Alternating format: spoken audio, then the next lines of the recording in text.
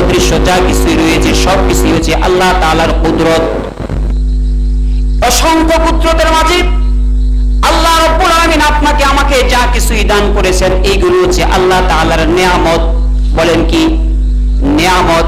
আর যে জিনিসগুলো আল্লাহ পাক রব্বুল আলামিন আপনাকে আমাকে দান করেন নাই এইগুলো হচ্ছে আল্লাহ তাআলার হিকমত। তাহলে এই পৃথিবীর অসংখ্য কুদরতের মাঝে যেই সমস্ত জিনিস আল্লাহ তাআলা আপনাকে আমাকে দিয়েছেন, কি দিয়েছেন? আল্লাহ পাক আপনাকে জ্ঞান দিয়েছেন, বিবেক দিয়েছেন, সুস্থ রেখেছেন, সব দিয়েছেন। এই সবগুলো কি বলেন? কথা বলেন কি? নিয়ামত। আর যেইগুলো দেন নাই কিন্তু আল্লাহর কাছে চাই কিন্তু আল্লাহ দেন না, মুফাসসিরিনে কেরাম আয়াতের ব্যাখ্যায় বলেন এর মধ্যে আল্লাহর হিকমত নিহিত আছে। কিভাবে? যেমন আপনি সব সময় দোয়া করেন যে আল্লাহ তুমি আমার একটা মোটরসাইকেল, একটা হুন্ডারের ব্যবস্থা করো, কারণ রাস্তাঘাট ঠিক হয়েছে। কি বলেন? ঠিক না? এখন এই যে দোয়া করেন, মসজিদে মিষ্টি কয়েক মন খাওয়াই ফেলাইছেন, বড় বড় মৌলভী সাহেবকে দিয়ে দোয়া করাইলেন, সব ফাও, দোয়া কবুল হয় না। হুন্ডার দূরের কথা, সাইকেলই কবুল জুড়ে না। ঠিক না? তাহলে আপনি দোয়া করেন আল্লাহ তুমি আমার কোটি কোটি টাকার মালিক বানাও, এই দোয়া কোন কেরা করছেন না?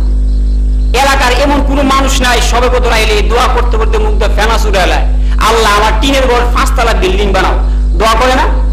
তাহলে আমরা আল্লাহর কাছে অনেক জিনিস চাই, আল্লাহ দেন না। কেন দেন না? মুফাসসিরিনে কেরাম বলেন এর মধ্যে আল্লাহর হিকমত আছে। কি হিকমত? যদি আল্লাহ তাআলা আপনাকে আপনার মনের চাহিদা অনুযায়ী যদি একটা মোটরসাইকেল দিত, মোটরসাইকেলের যত গতি তত ক্ষতি। ঠিক না? এমন অ্যাক্সিডেন্ট করতেন, নারান্দি বাস স্ট্যান্ড, মারছেন 80 দিয়ে টান, 100 দিয়ে টান মারলেন, টাকের তলায় পইরা আলু ভর্তা হইতেন, এটা আল্লাহ জানে। যদি এই সময় আল্লাহ আপনি মোটরসাইকেল দেয়, আপনি ঈদের আগে ওই আলু ভর্তা হইবেন। ঠিক কিনা কোন? আল্লাহ যদি আপনার মনের চাহিদা অনুযায়ী যদি আল্লাহ আপনার কোটি টাকার মালিক বানায়, দেখবেন রাতের বেলায় সন্ত্রাস এসে আপনার টাকাও নেবে, আপনার জানটাও কেড়ে নেবে। ঠিক কিনা কোন? তাহলে এই মুহূর্তে আপনার কোটি টাকার মালিক হওয়া আপনার জন্য কল্যাণকর না অকল্যাণকর? অকল্যাণকর।